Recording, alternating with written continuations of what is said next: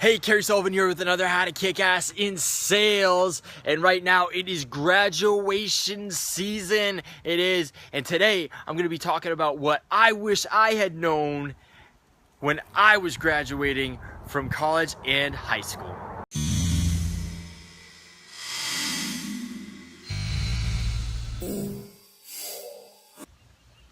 So right now, 'tis the graduation season, and I'm seeing graduations and commencement speeches, and I got to thinking, about my graduations and the commencement speeches, and I couldn't remember much of what was going on at all from those speeches, commencement speeches, partly because I didn't go to my college graduation, so that's probably one reason why I didn't remember it. And the other one, well, I don't remember anything that he said, and it was Arnold Palmer, and I can't remember a single thing that he said other than Tiger Woods worked hard and he thought that was a good thing.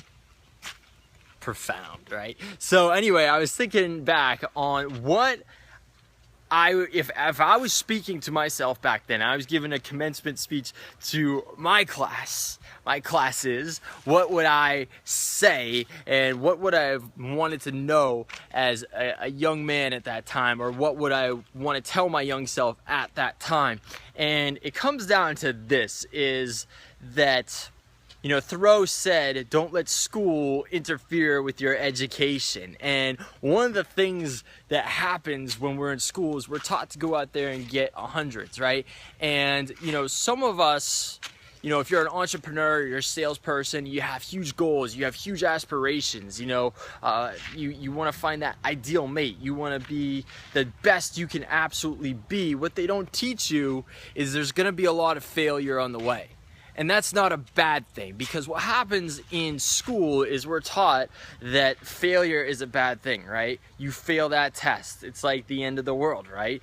But one of the great things too is what I would want to say to all those C and D students, that was me, I was not particularly good in school, is that and I would feel bad about that, right? Because it would suck, I would try really hard and I'd still get crappy grades a lot of the time. And a lot of the reason for that was, school didn't come easy to me, and there was a lot of times I would basically want to cry doing my homework, or I would cry doing my homework because it was just that difficult for me, right? But what I didn't know at the time was how good that was for me in a lot of different ways. You see, what happens is when you're used to dealing with that pain and that frustration, that failure, you start building that mental muscle. And they've actually shown this in neuroscience now, that when things are really hard and you really struggle to learn something, that is actually when you are really, really effectively learning things, right? That is when you're really, really effectively learning things. So it's good to struggle and it's good to have those failures, because the fact of the matter is when you go out there and you strive for great things, you're gonna have failures, but that's just part of learning. And that's the other thing they've found with the studies too, is that when they taught kids basically through not failing, they put them in situations where they couldn't fail, they weren't able to learn. That's part of the process, and every failure allows you to get closer to your goal, right? Closer to your goal every single time. And when you have big goals and you have big dreams and you got big aspirations and you want to go out there and live that dream life, you're going to have a heck of a lot more failure than most people out there, because most people will go for something, they'll fail, they'll stop, and then they won't go for it, right? And the only time you're not going to be able to truly get something that you truly want and desire is if you give up.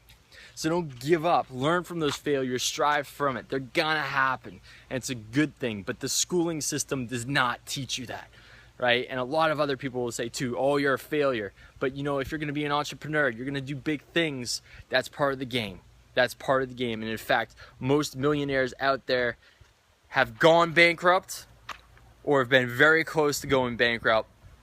More than once, a lot of them too. And so that's something that's really important to remember. So get on with it. You got big dreams, you got big aspirations, you want that ideal relationship, and all those things, you're gonna have a lot of pain and a lot of suffering on the way to getting that dream. And that's part of it. Embrace it. One of my favorite stories is from a guy, I just want to close with this, is a guy named Darren Hardy. And Darren Hardy was a young man at the time, and he was going out there and he wanted to be a real estate agent.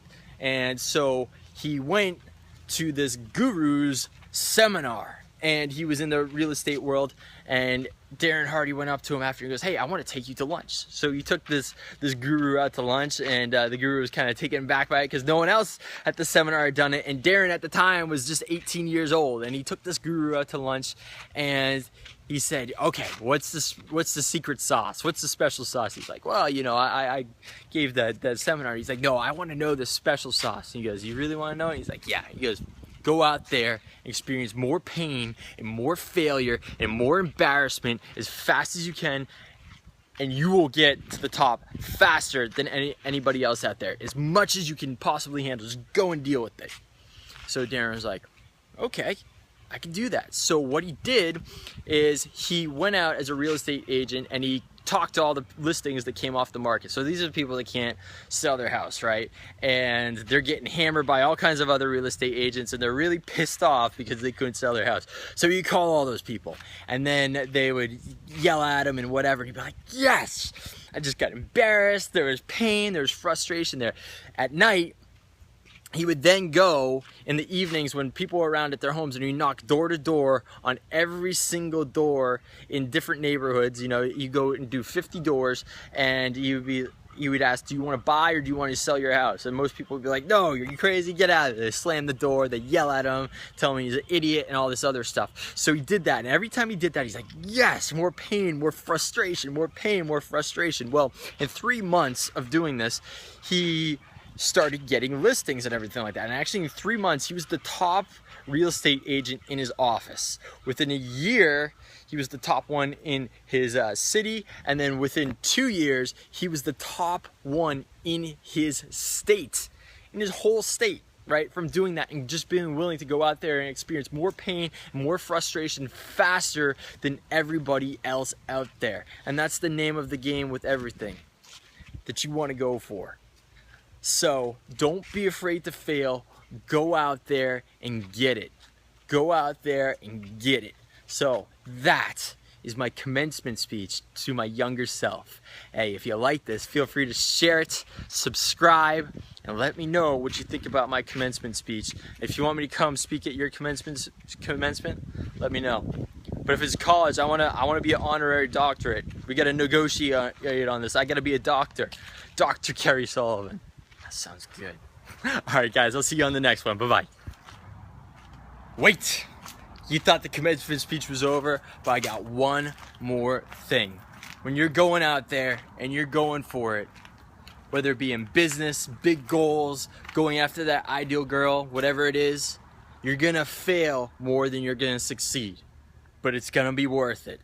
So go out there and fail as fast as you can, experience more pain, more discomfort than you can. That's just the way it goes. And they don't tell you that in school, but now you've been told, so go get them.